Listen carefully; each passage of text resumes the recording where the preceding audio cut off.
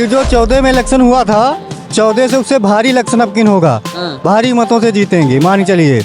हमारा विचार ये कह रहा है। श्री मोदी जी वास्तविकता में उन्होंने एक अद्भुत कार्य किया है। संत व्यक्ति हो, बड़ा अच्छा कार्य किया है। हम लोग बड़ा प्रसन्न है उस चीज से, बड़ा खुश हैं। आज शायद मोदी जी भारत में 2014 में नहीं आते तो भारत 50% रूप से इस्लामी राष्ट्र हो जाता। हमारे धर्म ग्रंथ, हमारी संस्कृति, हमारी सभ्यता को मुगलों ने नष्ट किया और बचा कुचा कांग्रेस ने खत्म कर दिया। हमारे धर्म ग्रंथ, हमारी संस्कृति, हमारी सभ्यता को मुगलों ने नष्ट किया और बचा कुचा कांग्रेस ने खत्म कर दिया। वो 40,000 जो मस्जिदें हैं उन पर उन्हें तुलवा के, उन्हें हटा के कोर्ट के माध्यम से या कैसे ही वो मंदिर बनवा दें, हम उन्हें वोट देंगे। आप नेहरू खान वंश में जाएंगे तो इनका इतिहास भी बड़ा कलंकित है। ये तो भारत के हैं ही नहीं। ठीक है, राम मंदिर टेंट में बैठे रहे, किसी की आंखें नहीं खुली, किसी की आंखों में आंसू नहीं आए। मैं वहां गया तो मेरी आंखों में आंसू आ गए, मैं द्रवित हो गया।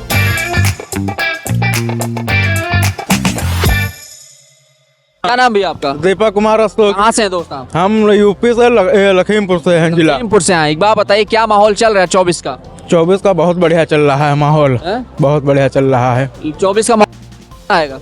बाबा जी आएंगे। बाबा जी आएंगे? हाँ। बाबा जी तो कहाँ के, मतलब केंद्र में? केंद्र में तो मोदी बाबा आएंगे। मोदी बाबा आएंगे? हाँ, माननीय श्री मोदी जी। अच्छा जी। क्या लग रहा है, राहुल जी का न्याय यात्रा चल रहा है, क्या कहेंगे उस पर? उस पे ये बेकार है, उनके बारे में कुछ नहीं है। कि जो 14 में इलेक्शन हुआ था, 14 से उससे भारी इलेक्शन अब किन होगा, भारी मतों से जीतेंगे, मान चलिए। हमारा विचार ये कह रहा है। विचार ये क्या? हाँ। क्या क्या मिला 9 साल में, क्या क्या मिला आप लोगों को? अगर बात की जाए, सरकार जैसे सरकार गिनती कराती है कि भैया को राशन दे रही है फ्री में, ठीक है, पर समाज मोदी सरकार पीएम वाला पैसा मिल रहा है और बाकी सभी कॉलोनी मिल रही, सबको आवास मिल रहा, मतलब है। और सारी योजनाएं हैं, सुरक्षा बहुत बड़ी दी ही गई है, सफाई अभियान बहुत अच्छा है, हर जगह जहाँ जाइए यह सरकार बहुत अच्छी है। हम तो कहते हैं 70 साल तक चलिए, बराबर 70 साल तक। हाँ, बराबर चले, हम जले जिंदा रहेंगे, तले मोड़ देंगे इसको। क्या कहेंगे विपक्षी नेताओं के लिए? सब मिलकर के मोदी को हराने में जुटे हुए हैं। हम तो कहते हैं सब मिल जाए एक में, सरकार निर्विरोध बननी चाहिए। हाँ, सब एक में मिल जाए। हाँ, तो सब एक में मिल जाएंगे तो फिर पक्ष विपक्ष रहेगा ही नहीं। बस भी नहीं तो अच्छा काम होगा, डेवलपमेंट होगा, खर्चा कम होगा सरकार का। हाँ, जो इलेक्शन में ज्यादा पैसा खर्च होता है वो बचेगा सारा पैसा। अच्छा। हाँ भैया आपका? अनमोल शर्मा। भैया क्या माहौल है 24 का? देखिए मंदिर उद्घाटन हो गया, विपक्ष वालों ने ये कहा कि भैया एजेंडा है, चुनावी एजेंडा, एक तरीके से चुनाव जीतने का पूरा प्लान है बीजेपी वालों का, इसलिए जल्दी से उद्घाटन कर दिया। देखिए, हर चीज को हम धर्म से जोड़ के नहीं रह सकते।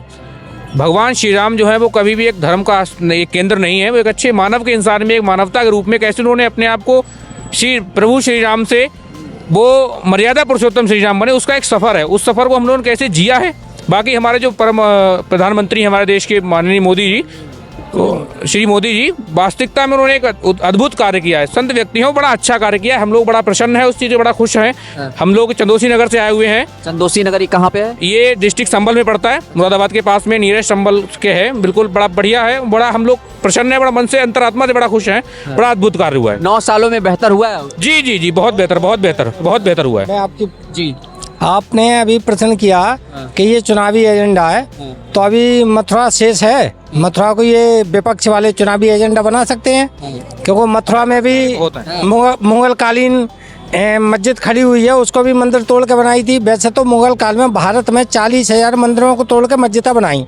ऐतिहासिक कोई भी इमारत देखेंगे तो सबके अंदर मंदिर है, चाहे ताजमहल, तेजोमय महल है, लाल किला, लालकोट हिंदू मंदिर है, नागेशोक की पुस्तक है, उसमें बाकायदा पूरा इतिहास विवरण दिया गया है।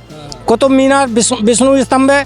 ऐतिहासिक कोई भी इमारत विश्व के भारत के अंदर देखेंगे सब हिंदू मंदिर ही थे।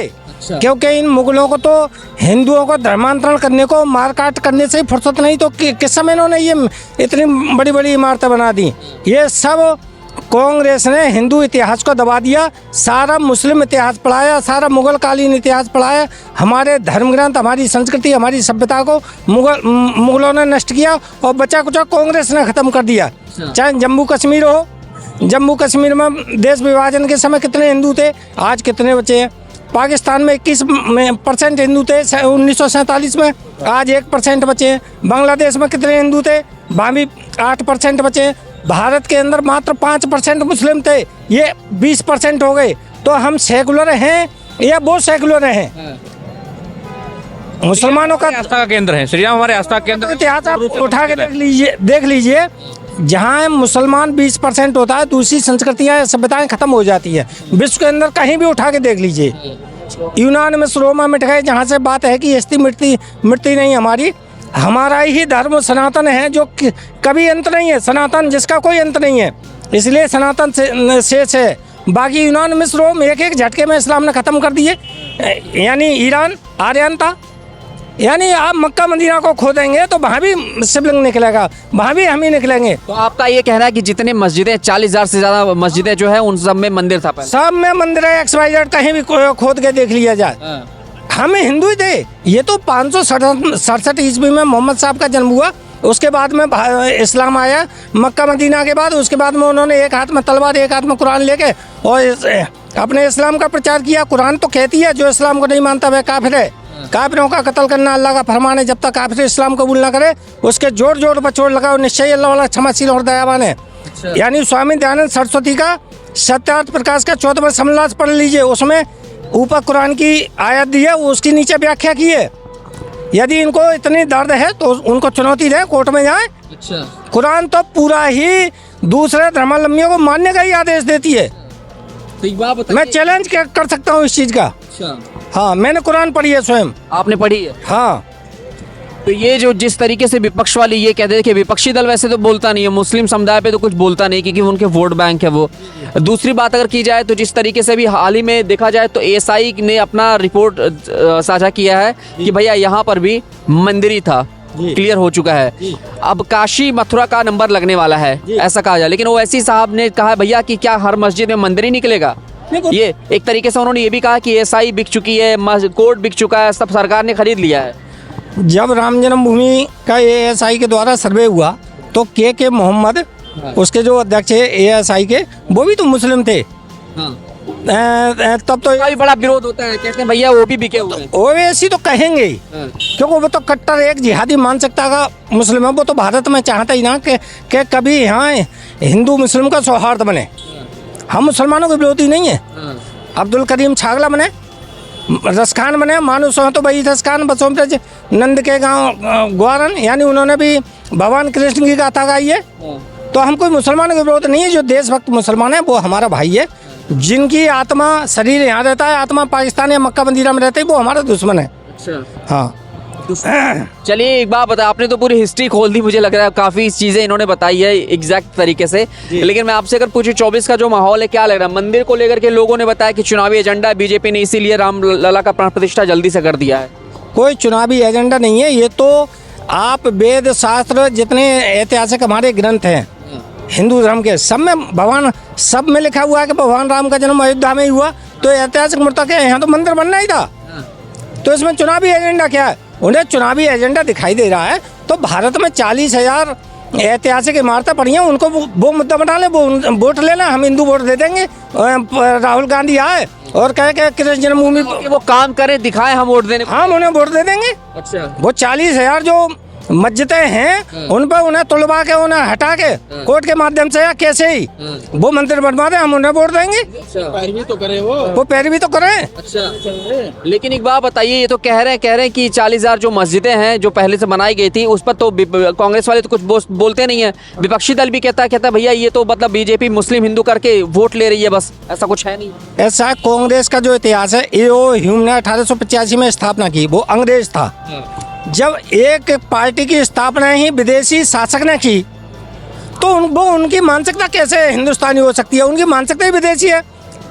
आप नेहरू खान वंश में जाएंगे तो इनका इतिहास भी बड़ा कलंकित है। अच्छा, ये तो भारत के हैं ही नहीं। इनकी नेहरू ने तो स्वयं कहा मुझे हिंदू मत कहो, गधा कहो। अच्छा, नेहरू ने स्वयं कहा है, ये इतिहास गवाह है। नेहरू ने जब सोमनाथ मंदिर का उद्घाटन हुआ, शिलान्यास हुआ, तो जो राष्ट्रपति थे उस समय वो गए तो उनका विरोध किया बाकायदा। वो स्वयं क्यों नहीं किया? मोदी जी स्वयं आके प्राण प्रतिष्ठा की है। आज शायद मोदी जी भारत में 2014 में नहीं आते तो भारत 50% रूप से इस्लामी राष्ट्र हो जाता। अच्छा, ये तय था मतलब? हाँ, ये तय था। इनके पूरा षड्यंत्र था सारे कांग्रेसियों का कि भारत को इस्लामी राष्ट्र बनाना है। गौरी गजनी, अहमद साहब, तैमूरलंग, बाबर, अकबर, इन्होंने जो अधूरा सपना छोड़ा वो उसकी संतान है ये राहुल गांधी। इसको भारत को इस्लामी राष्ट्र बनाने का सपना था कांग्रेस का। अभी न्याय यात्रा पर निकले हैं और मोदी को हराने की तैयारी कर रहे हैं। इधर उल्टा पुल्टा हो जा रहा है, पटना में खेल हो गया, बंगाल में भी खेल ही होने वाला है। ये सब बकवास है, उनके बस की बात नहीं है। 400 पार है भाजपा, कांग्रेस शायद 20 सीटों पर सिमट जाए। भाजपा की सरकार बनी। जय श्री राम, जय श्री राम, जय जय। क्या नाम? उदय तिवारी नाम है मेरा। तिवारी जी बात बताइए, क्या माहौल है 24 का? देखा जाए, देखिए मंदिर बन माहौल आपकी बार 400 पार। 400 पर कैसे कह रहे हैं 400 पर? आप माहौल देखिए, यहाँ जितने लोग घूम रहे हैं, टहल रहे हैं, 5 करोड़ लोग यहाँ आएंगे, वो 5 करोड़ भाजपा को ही वोट देंगे। आस्था का केंद्र है राम, ठीक। और राम मंदिर टेंट में बैठे रहे, किसी की आंखें नहीं खुली, किसी की आंखों में आंसू नहीं आए। मैं वहाँ गया तो मेरी आंखों में आंसू आ गए, मैं द्रवित हो गया। ऐसी स्थिति परिस्थिति देख के जो हमारे राम है, हमारे आराध्य, हमारी आस्था का केंद्र है वो तंबू में बैठे रहे और लोग महलों में बैठे रहे, मलाई चाटते रहे। उन्हें शर्म नहीं आती? जो हिंदू है वहाँ यहाँ आया हुआ है, वो अगर जा रहा है वहाँ देख रहा है, भगवान के प्रति उनकी आस्था है। आस्था ऐसी है कि आंखों में आंसू आ रहे हैं, ऐसे आंसू आ रहे हैं कि जो कल्पना करते हैं कि कैसे 70-72 साल तक, आज़ादी के बाद 1947 से अब तक वो लगातार तंबू में बैठे रहे। कभी सरकारें बदलती रही, लेकिन कभी किसी के मन नहीं गया, क्योंकि उनका वोट बैंक खत्म हो जाता। वोट बैंक की राजनीति के कारण ही भगवान राम बरसों से तंबू में बैठे रहे। एकदम भाई साहब, एकदम ठीक है। जय श्री राम। क्या तो 24 में आप 400 पार लेकर आ रहे हैं? 24 में 400 पार। माता जी जय श्री राम। जय श्री राम। कैसा लग रहा है? कहाँ से आई हैं आप? बहुत अच्छा लग रहा है, मैं मुंबई से आई हूँ। अरे महाराष्ट्र से राम के दरबार में आई। कब आना हुआ आपका वैसे? अब मैं आज दोपहर में फ्लाइट से। फ्लाइट से आई है? हाँ हाँ हाँ। तो ये बताइए, फ्लाइट पावन धाम अयोध्या में उतरी है, वहाँ से यहाँ तक आई है, कैसा रहा ये जर्नी? बहुत अच्छा, मुझे बिल्कुल आराम से आने को मिला, कहीं भी रुकावट नहीं आई मुझे। किसके साथ आई हैं आप वैसे? मेरे 2 बच्चे आए हैं। अच्छा, 2 भैया जी के साथ में आए हैं। हाँ हाँ। तो आप महाराष्ट्र से ही हैं? महाराष्ट्र से हैं। कब प्लान किया था कि रामलला के दरबार जाना है? और फ्लाइट मिल रही थी मुझे। अच्छा। हाँ, पर थोड़ा विचार करके फिर दोपहर में आए फिर हम लोग। उसमें प्लान किया, टिकट। क्या बात है, मतलब अचानक से आप लोगों की प्लानिंग बनी, आप लोगों ने फ्लाइट चेक किया? मैं मुंबई के जो जवाहर नगर में मंदिर है, मैं वहाँ पे भजन और दर्शन करने गई कि लाइव कार्यक्रम देखूंगी मैं। फिर ये फोन किया, बोले मम्मी अपने को चलना है अयोध्या। हाँ, 2 घंटे पहले ऐसे ही इसने मेरे को फोन किया, मम्मी चलना है अयोध्या। मुझे लग रहा है राम जी ने आपको अलर्ट भेजा था कि आ जाओ चुपचाप।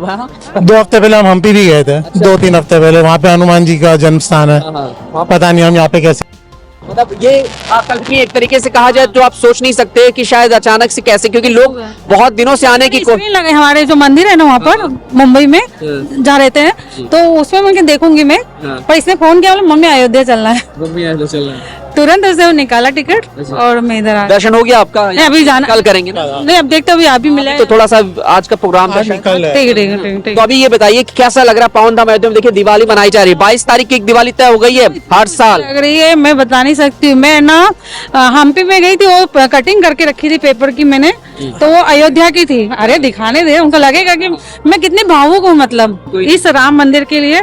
तो उसमें अयोध्या का कटिंग में काट के लिए आई थी। तो जिस होटल में रुके, हाँ ये अयोध्या का लिखा है। 40 सूर्य स्तंभों से जगमगाएगा। ये कहाँ पता, हम कर्नाटक गए थे जहाँ हनुमान जी का जन्म स्थान है। अच्छा। तो वहाँ पेपर रखा हुआ था, मैंने कटिंग करके लिए। क्या बात है। तो फिर अभी यहाँ देखा सूर्य जी का है, हाँ स्थान लगे हुए हैं। तो मतलब मेरे को बहुत लगाव था अयोध्या से। अच्छा। बहुत लगा। तो राम में आपकी भावनाएं है, एक तरीके से कहा जाए राम के लिए जो लड़ाई लड़ी गई थी, जो हमने प्रभु के लिए लड़ा था 550 वर्षों के बाद हमने ये जीती है लड़ाई, क्या कहेंगी? ये कितना भावुक पल है आपके लिए? बहुत ज्यादा, क्योंकि मुंबई में जब हम लोग रहते थे 92 में जो हुआ था जी, हम जो ये बाहर नहीं निकल सकते थे। कितने दिनों तक हम कितनी मुसीबतें झेली वो। तो आज तो स्वर्ग वाली बातें हो गई, मतलब बहुत ही खुशी वाली बात है। लग रहा है ये सनातन की जीत हुई है। सनातन की जीत ये जल रहे हैं। बहुत बहुत बहुत बहुत अच्छा लग रहा है। क्या कहेंगे मोदी जी के लिए, हमारे उत्तर प्रदेश के मैंने तो कल कितने भजन हुए मंदिर में, मोदी योगी के नाम से औरतें नाच रही है वहाँ मुंबई में। मुंबई में नाच रही है। हाँ, आपको मैं भजन बता सकती हूँ आपको। हाँ, भजन वो दिखा सकती हूँ आपको। इतने मोदी और योगी जी के भजन हो रहे हैं और खूब नाच रहे हैं। तो दोनों लोगों ने ये जो काम किया है, क्या कहेंगे? मतलब अद्भुत है। बहुत अद्भुत है। मैं तो बहुत अवतार है, मोदी जी अवतार है। कुछ लोगों का कहना है कि वाकई में अवतार है, कुछ लोग कह रहे हैं राम भगवान अगर मोदी हैं तो लक्ष्मण हनुमान की भूमिका में योगी जी। योगी जी बिल्कुल योगी जी है, सही बात है।